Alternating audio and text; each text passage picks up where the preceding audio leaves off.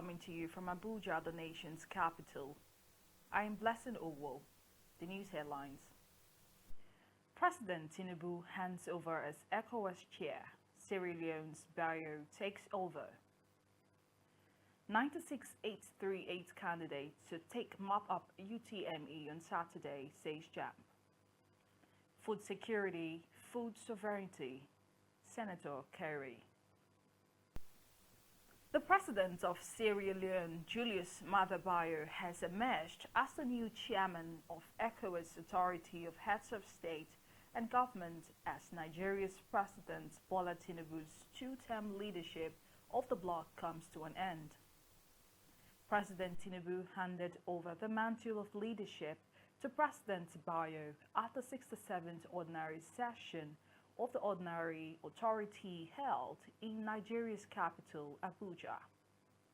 This was contrary to earlier speculations that President Bassirou Faye of Senegal was elected during a private meeting held prior to the commencement of the session. President Bio, in his inaugural speech, promised to prioritize four key areas, namely restoring constitutional order and deepening democracy, revitalizing regional security cooperation, unlocking economic integration, and building institutional credibility. The Joint Admissions and Matriculation Board JAMB has said that it will conduct the 2025 Unified Tertiary Matriculation Examination mop-up on Saturday, June 28. This was contained in a post on the official X handle of JAMB on Sunday. It said that the examination will accommodate the 5,096 spillover candidates and those who failed biometric verification during the main exercise. JAMB explained that 91,740 candidates who were absent in both or either of the main and receipt examinations would also be given this opportunity, which is only for the 2025 UTME. This, it said, will bring the total number of candidates being scheduled for the examination in 183 centers to 96,838. June 28, Saturday, has been approved for the conduct of the 2025 UTME mop-up examination.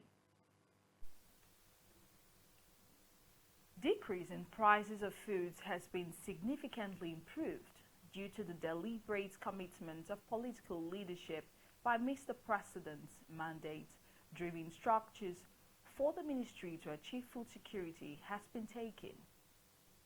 According to the Minister of Agriculture, Senator Abubakar Kyari, concentration of farmer prices has been reviewed in order not to discourage the farmers from planting. May 2025 has been deliberate commitment, political leadership from Mr. President, mandate driven for the ministry to achieve food security. I'm happy to say today, prices of foodstuff have considerably come down, even though it is not where Mr. President wants it to be. But of course, we'll have to balance between,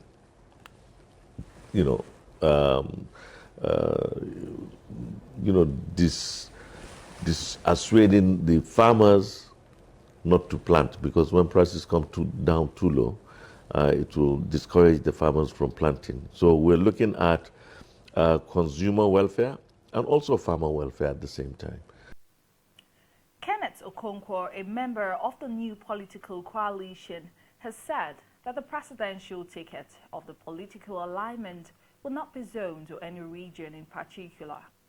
Okonkwo, who was the spokesperson for the Labour Party's presidential candidate in 2023, Peter Obi, said politicians have shown that it is very difficult to trust them even when the person promises one term.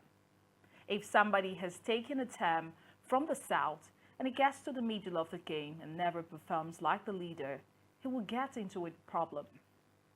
He reiterated his earlier position that he does not support some of the leaders of the coalition, including Atiku Abubakar and Peter Obi, to emerge as the candidate of the new alignment.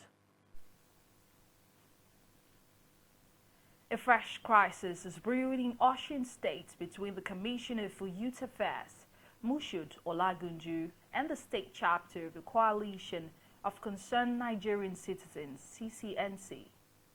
This is as the CCNC accused Olagunju of favoritism, secrecy, and mismanagement in the selection process for the National Youth Conference (CONFAB) committee.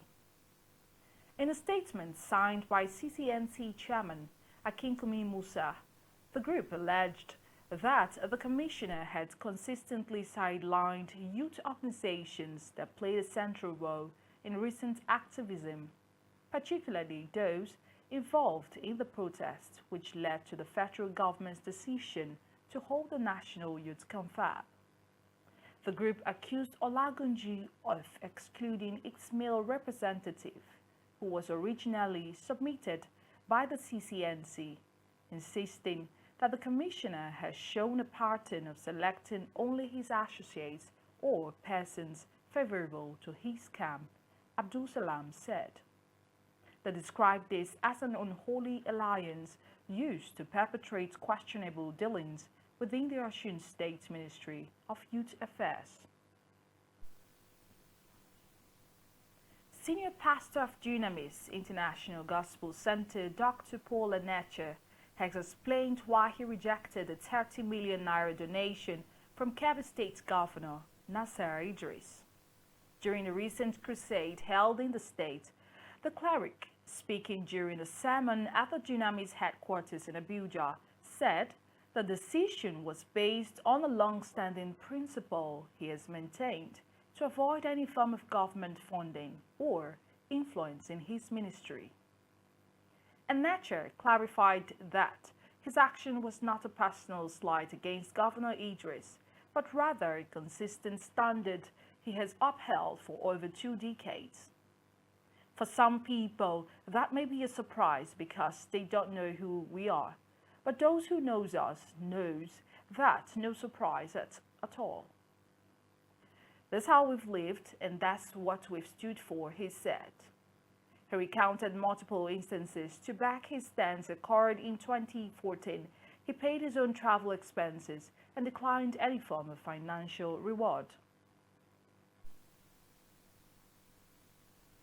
Juventus and Manchester City have become the latest teams to qualify for the round of 16 at the ongoing Club World Cup in the United States.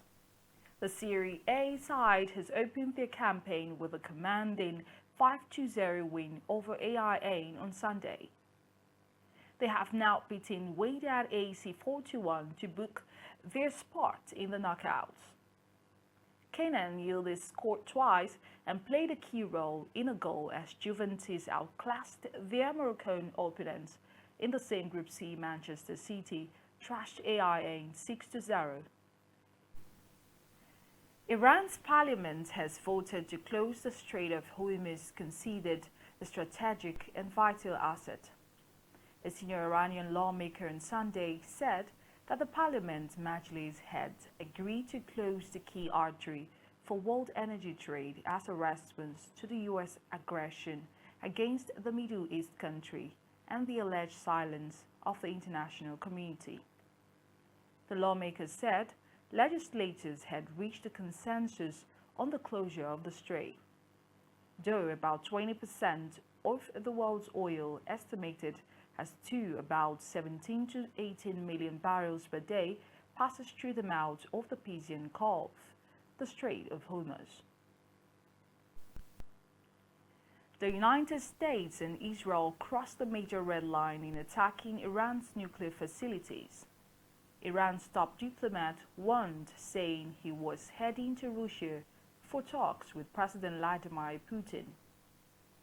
They crossed a very big red line by attacking Iran's nuclear facilities, Foreign Minister Abbas Araghchi said on the sidelines of a meeting of the Organization of Islamic Cooperation (OIC) in Istanbul. He was speaking just hours after President Donald Trump said U.S. warplanes struck 3 Iranian nuclear sites 9 days into an Israeli bombing campaign targeting its nuclear facilities. For more news, follow us on all social media platforms and live television. We've come to the end of the news. Thank you for listening. This is Alive News. My name is Blessing Ogwo.